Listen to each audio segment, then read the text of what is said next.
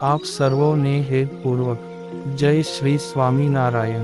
આજની સત્સંગ કથા વાર્તા નિજ મંદિર સાવરકુંડલા સત્સંગ ચિંતામણી। આજે આપને સત્સંગ ચિંતામણી અંતર્ગત પરમહંસ ગાથા માંગ સદ્ગુરુ શ્રી નિર્દોષાનંદ સ્વામી કે જેઓ રાજસ્થાનમાં આવેલા મારવાડ પ્રદેશના મોરચંદ ગામના રાજપૂત જ્ઞાતિના હતા, તેમની પ્રસંગ વાર્તા સાંભળશું। આમ સાંજે સંધ્યા આરતી પહેલાં સ્વામી મંડપમાં દર્શન કરવા ગયા, ત્યારે તે સમયે નિર્દોષાનંદ સ્વામીના મનનો સંકલ્પ જાણીને ઘનશ્યામ મહારાજ મૂર્તિ દ્વારા એમ બોલ્યા જે, હે સ્વામી, તમારે આંગી જાયગા હવેલી કરવાનો બહુ આગ્રહ છે, માટે કરજો। અમે તમારી સાથે રહીશું। તમે અમને રાત દિવસ સંભાળો છો, એમ અમે પણ તમને સંભાળીએ છીએ। તમે અમને સાથે રાખો છો, માટે અમે પણ તમારી સાથે રહીશું। તમારે અહીં હવેલી બાંધવાની ભાવના છે, તો કામનો આરંભ કરો। તમારા મનોરથ ટૂંક સમયમાં પૂરા થશે। આ મારા વચનને તમે સત્ય માનજો। હવે કોઈ પ્રકારની ચિંતા રાખતા નહીં। આમ શ્રી હરિના આવાં કરુણા સભર મધુરાંગ વેણ સાંભળીને નિર્દોષાનંદ સ્વામીના નેણમાં નીર વરસવા લાગ્યા। પછી હેત ભરેલા હૈયે કહે છે કે, વાહ મારા નાથ વાહ! આપની અમૃત જેવી મીઠી વાણી મારા કાળજાને કોરે છે।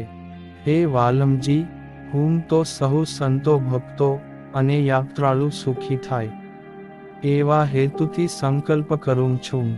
એમ કહીને સ્વામિનારાયણ ભગવાનને વંદન કર્યા। ત્યારે શ્રીજી મહારાજ કહે કે, હે સ્વામી, તમે અખંડ અમારું ચિંતવન કર્યા કરો છો, તેથી અમારા વચને તમારા મનનો સંકલ્પ સત્ય થશે। તે વાતની હવે તમે ઝાઝી ચિંતા કરશો નહીં। તેવું સાંભળીને નિર્દોષાનંદ સ્વામી તો અતિ હર્ષના ભર્યા ગદગદ કંઠે થઈને બે હાથ જોડી વિનંતીપૂર્વક પગે લાગી બોલ્યા જે, હે મહારાજ, તો બહુ સારું, પણ એનું ખર્ચ થાય તેના પૈસા મારી પાસે નથી। વળી ગુજરાતી સુતાર પણ આંગી નથી। આ દેશના સુતારને ગુજરાતી જેવું બરોબર સારું કામ આવડે નહીં, તે તો આપ જાણો છો, એનું મારે કેમ કરવું? ત્યારે શ્રી હરિ બોલ્યા જે, અરે સ્વામી, તમને અમારા વચને હવે કોઈ પ્રકારની મુશ્કેલી નહીં આવે। સર્વે કામ સરળ થઈ જશે। અમે હરિ શરણજી અને રામ શરણજી તથા રામ સુખજીને કહીશું। તે જેટલું ખર્ચ થશે તેટલા પૈસા એ આપશે। અને અમદાવાદના કલ્યાણ સુતાર તથા કડી ગામના સુતાર કલકત્તે ગયા છે, તે ગુજરાતમાં જાવા સારું ત્યાંથી નીકળ્યા છે, તે અત્યારે ગયાજીમાં આવ્યા છે। તેઓ થોડાક દિવસમાં અહીં આવશે। તેને તમે અહીં કામ માટે રાખજો। આવા શ્રીજી મહારાજના વચન સાંભળીને સ્વામી બહુ પ્રસન્ન થયા। પછી શ્રીહરિ અદૃશ્ય થઈ ગયા। પછી નિર્દોષાનંદ સ્વામી રામ શરણજી પાસે ગયા અને ઉપરોક્ત સઘળી વાત તેને કહી સંભળાવી। ત્યારે તેમણે કહ્યું જે, હા સ્વામી, અમને પણ હમણાં જ ઘનશ્યામ મહારાજે દર્શન દઈને કહ્યું છે, માટે તમો હવેલી કરવાનું કારખાનું સુખેથી ચલાવો। તમારે જે કાંઈ જોઈએ તે અમને કહેજો, કોઈ વાતની હરકત રાખશો નહીં। જેટલા જોઈએ એટલા રૂપિયા અમે આપશું। અમે તમારી સાથે છીએ, માટે કોઈ ચિંતા કરતા નહીં।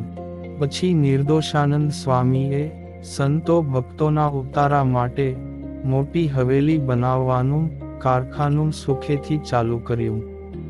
નિર્દોષાનંદ સ્વામી ઉત્સાહી અને હિંમતવાળા હતા। તેમાં ભગવાનના ભક્તોનો સાથ મળ્યો। તેથી એક દિવસ 32 ગાડાં લઈને વનમાં લાકડાં લેવા ગયા ને પાર્ષદ 55 ભગતને સાથે લીધા। વનમાં જઈને લાકડાં ભરવા માટે પાળા 55 ભગતને કહ્યું જે, તમે આ ગાડાંગ વાળાને બોલાવીને ગાડાંગ ઉપર લાકડાં ચઢાવવાની ઉતાવળ કરો, કારણ કે સાંજ પડવાનો વખત થયો છે. તે સંધ્યા ટાણે આપણે મંદિરમાં જતા રહીએ.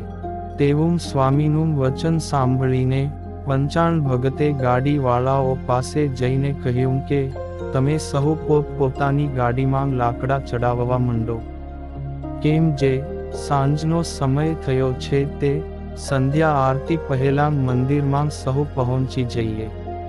ત્યારે ગાડીવાળા બોલ્યા, જે ભગત, અમારે આવા મોટા ભારે લાકડાં ઉપાડવાનો કરાર નહોતો, માટે તે અમે નહીં ચડાવીએ.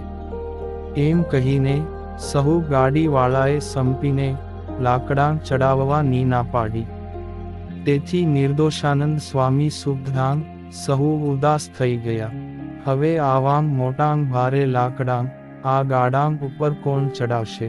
એ ચિંતામાં નિર્દોષાનંદ સ્વામી એક મહુડાના વૃક્ષ તળે બેઠા.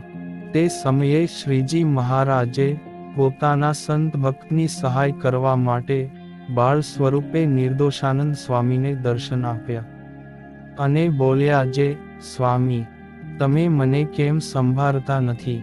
થોડું દુઃખ કે થોડું સુખ હોય ત્યારે તો ભગવાન સાંભળે, પણ અચાનક અતિ સુખ કે અતિ દુઃખ આવી જાય ત્યારે તે ચિંતામાં ભક્ત ભગવાનને સંભાળવા સમર્થ રહેતો નથી. આ દુઃખદ વાત છે. ઝાઝા સુખમાં કે ઝાઝા દુઃખમાં ભગવાન ભજી શકાતા નથી. ને બીજું માંદો અને મુસાફર બંને સાવ નવરા હોય છતાં તેનાથી પણ ભજન થઈ શકતું નથી. એમ થોડો ઠપકો આપ્યો. પછી કહે, ચાલો ઊભા થાઓ, એક અમે ને આ 5-6 જણને તમે આપને સાથે મળીને લાકડાં ચડાવીએ. એમ કહીને 2 કૂણી કાકડીઓ આપીને સ્વામિનારાયણ ભગવાન અદૃશ્ય થઈ ગયા. એમ કહીને બધાય ગાડાં ઉપર અનુક્રમે થોડી વારમાં સ્વામીએ લાકડાં ચડાવી દીધાં. તે જોઈને ગાડાં વાળા તો આશ્ચર્યચકિત થઈ ગયા અને એમ બોલ્યા, જે ઓહો, આ બાવો તો હનુમાનજી જેવો બળ્યો છે. એમ કહીને સ્વામી પાસે આવી હાથ જોડી વિનંતી પૂર્વક પગે લાગ્યા અને કહે કે, સાધુ રામ, તમે ખરેખર મહાન છો, હવે અમે આવી ભૂલ નહીં કરીએ. પછી સ્વામી કહે, હવે તમે ગાડાં હાંકી લ્યો, ચાલો આપણે સહુ જલ્દી મંદિરે જઈએ. પછી સહુ ચાલતા થયા. ત્યારે નારાયણ સરોવરના સમીપે માર્ગમાં મોટા આંબાના વૃક્ષ હેઠે કૃષ્ણ તિવારી તથા લાલ બિહારી એ 2 જણા મોટી કડિયાળી લાકડીઓ લઈ આગળ આવી ગાડાં રોકીને ઊભા રહ્યા ને બોલ્યા, જે અમારી જમીનમાં થઈને ગાડાં નહીં જવા દઈએ, જો અમને 100 રૂપિયા આપવાનું કહો તો જવા દઈએ. ત્યારે નિર્દોષાનંદ સ્વામી બોલ્યા, જે જમીન તમારી ખરી, પણ અમારે ફક્ત આટલાં ગાડાં ચલાવવા છે, તેના તમને 100 રૂપિયા કેમ આપીએ? તે સાંભળીને લાલ બિહારીએ ગાડા ખેડૂત સાથે બોલાબોલ કરી તેમાંથી એક ગાડીવાળાને લાકડી મારી. તેથી એ ખેડૂત ચકરી ખાઈને ધૂનસરી ઉપરથી ભોની ઉપર પડી ગયો. તે જોઈને પાળા પંચાણ ભગત લાલઘૂમ થઈ ગયા અને બોલ્યા, જે હે સ્વામી, જો તમારી આજ્ઞા હોય તો હમણાં આ 2ના માથાં સામ સામાન ભટકાવીને નાળિયેર ફોડે એમ ફોડીને મારી નાખું. ત્યારે નિર્દોષાનંદ સ્વામીએ કહ્યું, જે ભગત, તમે ગમ ખાઓ ને શાંતિ રાખો, આપને તેને મારવાની જરૂર નથી, ભગવાન તેને દંડ દેશે.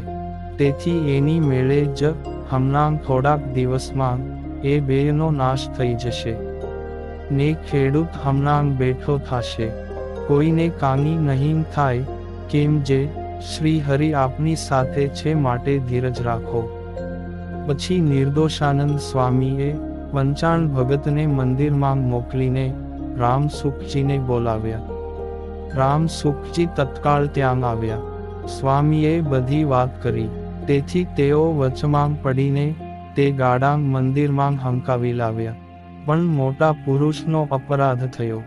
તેને કારણે એ 2 જણા થોડા જ દિવસમાં સરકારના મોટા ગુન્હામાં આવ્યા. તેથી તે 2ને સરકારે ફાંસીના માંચડે ચડાવ્યા.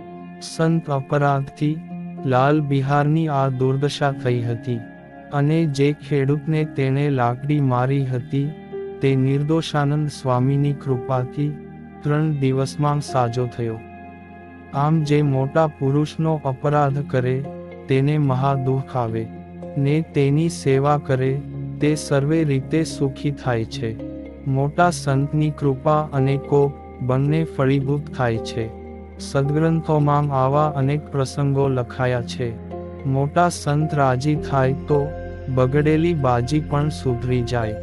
ગુંડાંગ પ્રારબ્ધ રૂડાંગ થાય, અને રંગ હોય તે રાજા બની જાય. અને અહંકાર કે બુદ્ધિના ડહાપને કરીને મોટા પુરુષને કુરાજી કરે તો જીતી બાજી હારીને સુધરેલું કામ બગડી જાય. માટે મોટા સંત પાસે તો વિનય વિવેકથી વર્તવું, નિર્માની થઈને તેમની સેવા સત્સંગ કરવા, સદા તે રાજી રહે એવું વાણી વર્તન રાખવું. આપની કળા, આવડત કે સત્તા સંપત્તિનો પાવર મોટા પાસે ન રાખીએ તો જ મોટા સંત રાજી થતાં કરોડ જન્મનું કામ આ જન્મે તરત પૂરું થાય છે. ભાવનગરના મહાન સંત દાદાગુરુ કહેતા કે આપને કોઈના દર્શન કરવા હોય તો તેના દેહને ન જોવો પણ તેમાં રહેલા આત્માને જોવો. અને થઈ શકે તો આત્માને પણ ન જોતા સહુમાં પરમાત્માના દર્શન કરવા. કેમ જે જડચિત બંને પ્રકૃતિમાં પ્રભુ શ્રી સાક્ષાત બેઠા છે. જે સહુમાં ભગવાનને જોવાની દૃષ્ટિ કેળવે તેમાં સાચું ભક્તપણું આવે છે. સહુમાં ભગવાનના દર્શન કરવા તે જ સર્વોત્તમ ધ્યાન છે. છપૈયા મંદિરમાં આ રીતે શ્રી હરિએ સાથે રહીને નિર્દોષાનંદ સ્વામી દ્વારા સુંદર હવેલીનું કામ કરાવ્યું હતું. પછી સ્વામી મૂળી ધામમાં આવીને રહ્યા હતા. સદ્ગુરુ બ્રહ્માનંદ સ્વામી ધામમાં ગયા પછી નિર્દોષાનંદ સ્વામી મૂળી દેશના ગામોમાં ફરતા. સ્વામી શ્રીએ ઝાલાવાડ પ્રદેશના ઘણા ગામોમાં સત્સંગ કરાવેલો અને અનેક ગામોમાં હરિ મંદિરો પણ બંધાવેલા. અને હવે પછીની કથા વાર્તા આપને આગળના ભાગમાં સાંભળશું. અત્યારે આપ સર્વોને ભાવથી જય શ્રી સ્વામિનારાયણ.